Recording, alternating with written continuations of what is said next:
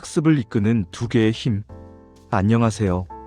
공부를 공부하는 공부 철학자 리얼리디얼입니다. 오늘은 이런 질문으로 시작해 보겠습니다. 왜 어떤 사람은 공부를 계속할까요? 왜 어떤 사람은 공부를 금세 포기해 버릴까요? 머리가 좋고 나쁘고의 차이 같지만 조금만 깊이 들여다보면 그 안에는 다른 게 있습니다. 바로 공부를 이끌어가는 힘, 동기의 차이입니다. 제가 쓴 책, 공부를 하기 전에 알아야 할 것들에서는 이 동기가 크게 두 가지 힘에서 나온다고 말합니다. 하나는 호기심, 다른 하나는 보상입니다. 1. 왜 공부를 계속하지? 라는 질문 뒤에 있는 것. 우리는 공부를 잘한다, 못한다를 말할 때 대부분 결과만 봅니다. 점수, 등급, 합격, 내신, 수능. 그런데 실제로 공부를 지켜보면 더 중요한 건 속도가 아니라 지속입니다. 처음에는 다 같은 마음으로 시작하지만 누구는 2주 만에 힘이 빠지고 누구는 3개월, 6개월을 끌고 갑니다. 이 차이를 만드는 것은 바로 공부를 왜 하느냐라는 질문에 관한 답과 관련되어 있습니다. 엄마가 하라니까요. 성적 떨어지면 안 되니까요. 이런 답 뒤에는 사실 불안과 두려움이 섞여 있습니다. 반대로 어떤 친구는 이 과목을 이해하면 세상이 다르게 보일 것 같아요. 이걸 할 줄 알면 내가 할 수 있는 일이 많아질 것 같아요. 라고 말합니다. 살아있는 눈빛과 함께 말합니다. 여기서부터 이야기가 시작됩니다. 이 호기심 이게 왜 이렇지? 가 만들어내는 동력. 먼저 호기심부터 살펴보겠습니다. 호기심은 아주 단순한 데서 시작합니다. 이게 왜 이렇지? 여기서 왜 이렇게 되는 거지? 다음에는 뭐가 나올까? 이 질문 하나가 생각보다 큰 에너지를 만들어냅니다. 호기심이 있으면 문제를 풀다가도 이 공식을 누가 처음 만들었을까? 가 궁금해지고, 역사를 배우다가도 저 사람은 왜 그런 선택을 했을까? 가 궁금해집니다. 누가 공부해라라고 말하지 않아도 스스로 찾아보고, 스스로 읽고, 스스로 정리해보게 됩니다. 이게 바로 내적 동기입니다. 배움 그 자체에서 재미를 느끼는 상태죠. 이때 공부는 숙제가 아니라 조금 어려운 퍼즐 맞추기에 가깝습니다. 아, 그래서 이게 이렇게 연결되는구나. 이 깨달음의 순간이 스스로에게 큰 보상이 됩니다. 그래서 호기심은 학습의 불을 스스로 붙이는 힘이라고 말할 수 있습니다. 3. 보상 엉덩이를 붙잡아주는 현실적인 힘. 이번에는 보상을 볼까요? 보상은 말 그대로 밖에서 들어오는 동기입니다. 점수, 등급, 합격, 칭찬, 인정, 그리고 그 뒤에 따라오는 학교, 직업, 커리어, 삶의 선택들. 이번에는 꼭 1등해서 칭찬받을 거야.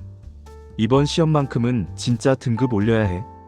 이 생각들이 우리를 책상으로 데리고 옵니다. 사실 공부를 오래 하려면 이런 현실적인 힘도 필요합니다.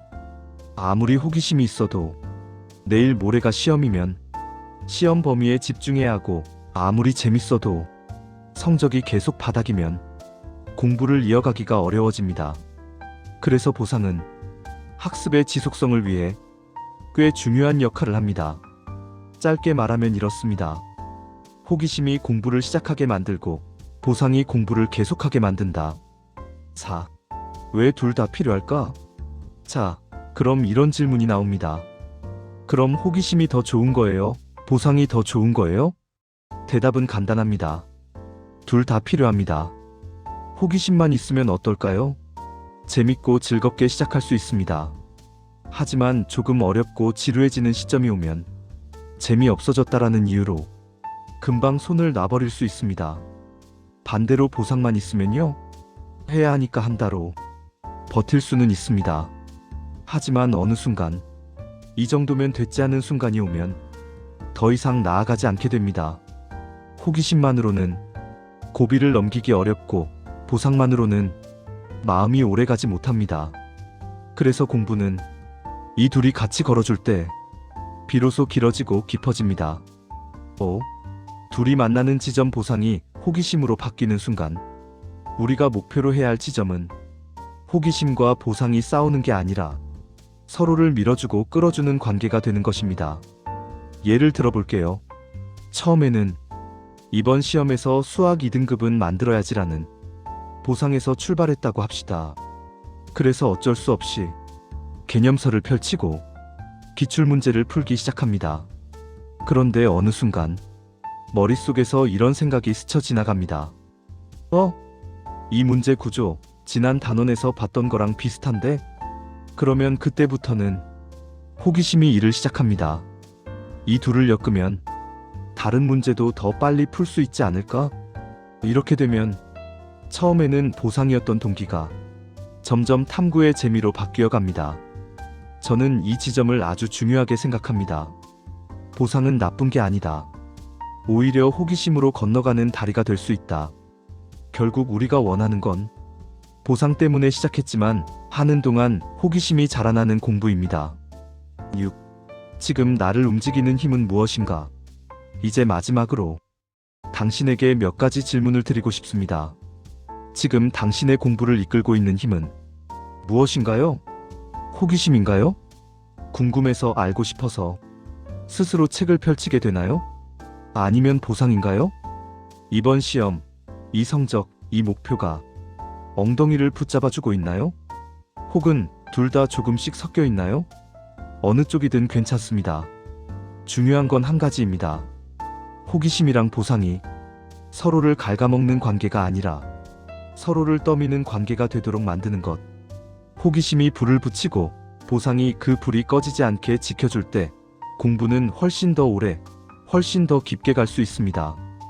오늘 이야기가 당신의 공부를 한번 돌아보는 작은 계기가 되었으면 좋겠습니다. 공부를 하기 전에 알아야 할 것들, 그중 하나인 학습을 이끄는 두 개의 힘에 대해 이야기했습니다. 공부를 공부하는 공부 철학자 리얼리디얼이었습니다.